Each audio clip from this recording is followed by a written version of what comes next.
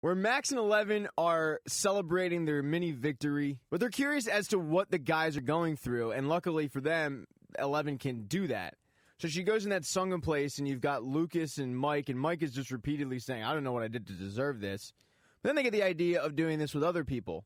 So they bring up a board and they play kind of a spin the bottle game, and the bottle lands on Billy. But when 11 goes into the sunken place, Billy's there, but Billy turns around and sees her. It's a lot like how her mother saw her in the second season. This gives 11 a really uneasy feeling, and she's no longer focused on Mike. They go over to Max's house and they find a bathtub full of empty ice bags and also some lifeguard paraphernalia with blood all over it. So they continue this true detective mission and they head over to the pool where the manager tells them, yeah, it's this girl Heather's and you can't give it to her because she flaked on me and she didn't show up for work today. So they grab a picture of Heather off the board, head to the bathroom, turn on all the showers so it kind of sounds like static noise, and 11 once again goes in the sunken place to find where Heather is. She finds her, and she's in a bathtub screaming for help, but all of a sudden she sinks deep, and 11 can't reach her, and she just disappears.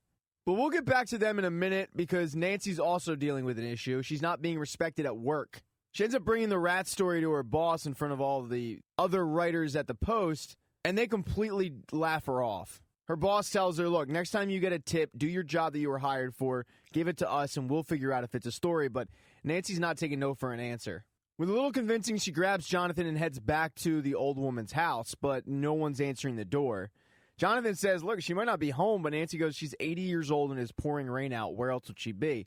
So Nancy lets herself in, and they head downstairs in the basement where they hear another clamoring, and they look over, and the old woman is just housing fertilizer, having clearly been eaten by whatever the remnants of the rat were. So she's been completely taken over, but has she been completely taken over by the Russians? And a couple people that are trying to find that out are Steve Harrington, Dustin, and Robin. Now, Robin's actually the one that has a chance to figure this out, while Steve Harrington and Dustin just scope out the mall for potential quote-unquote Russian hacks. But Robin does have a eureka moment with a delivery man when he shows up and he's got a silver cat. One of the code words was silver cat.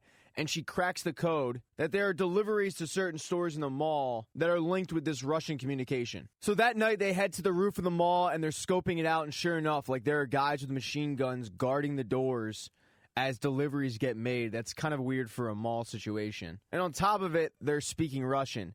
We also get the first hints of a relationship between Robin and Steve that, of course, will eventually come to fruition. But while that relationship is at its infancy stage, another relationship that's at its infancy stage but hasn't taken off yet is Hopper and Joyce. And Joyce heads over to Hopper's house to tell him about the magnets, but Hopper is incensed that he was stood up. He can't focus on anything Joyce is saying because of the fact that she ditched him last night. So when she's explaining to him about the magnets and about the science teacher explaining to her about this multi-billion-dollar resource that would have caused this effect, all Joyce can think about is it's them. It's the people from the lab. So she grabs bolt cutters and heads over to the lab, and Hopper has no choice but to follow her. So they break into the lab, and while they're walking around, an old security camera turns on and starts following them. Of course, when they get down to the basement of the lab, they find nothing other than the remnants of what happened. And Hopper tells her, look, I saw this thing be closed up. You have nothing to worry about. He also reveals that he's aware that she's trying to sell her house and move out of Hawkins. And he says, look, I've tried my best to make this town safe, and he gives her a mini pep talk on why she should stay in the town. But while he's doing this, they hear a noise in another room, so Hopper goes to investigate it, where he's attacked. He puts up a pretty good fight, but the guy is just too much for him. And this guy is someone we saw leaving City Hall in episode 1. He was also in the restaurant where Hopper was at in episode 2.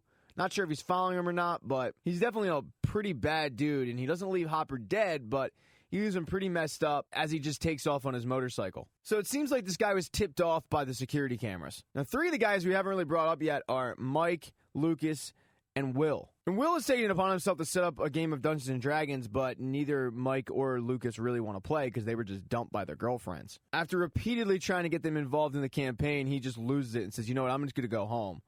Mike apologizes repeatedly, but he says, you know what, you're ruining our party. Mike goes, how am I ruining the party? He goes, where's Dustin right now? You don't even know. See, you're so focused on swapping spit with this girl that you've completely ruined what was good about this party. And Mike responds with, "It's not my fault you don't like girls. You can't expect us to just stay kids the whole time, man. We're going to grow up. We're going to have girlfriends. We're not just going to sit in the basement playing Dungeons & Dragons all day." So Will takes off, and Mike and Lucas eventually go after him. But Will heads to his hideaway in the woods where he's looking at old pictures of him and his friends dressed up as Ghostbusters for Halloween. And he remembers the good times of playing Dungeons & Dragons, and he completely just destroys his hideaway in a fit of rage. But after doing so, he gets that really uneasy, creepy feeling on the back of his neck. And at this point, Mike and Lucas have found him, and he turns around and he just says, "He's back." And this is where we bring the episode all back together because it all has to do with Billy. So after the sunken place findings with Heather, Max and Eleven head over to Heather's house, but they shockingly find Billy there, and he's acting really bizarre. He's eating dinner with Heather's parents. By the way, her dad is the editor at the Hawkins Post, so he's Nancy's boss. But he's being way too nice to Max. And the girls just ask, "Where is she?" But she, being Heather, walks out of the kitchen holding a plate of cookies, so she looks like she's fine. Now, Eleven's still really socially awkward and doesn't know how to ask questions, so Max makes up an excuse and they leave, but they leave with an uneasy feeling. And as they're leaving, Billy is staring them down, and all of a sudden, he gets a flashback.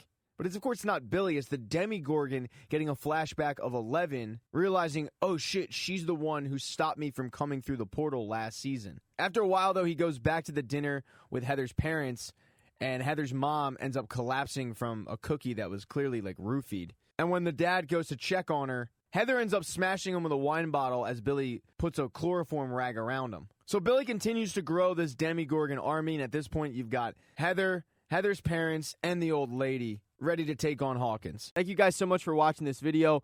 Please consider subscribing to the channel. If you do not see the next video up in one of the end screens, not to worry, it'll be up in the next couple days. But the most important thing is that you like and subscribe and all that good stuff.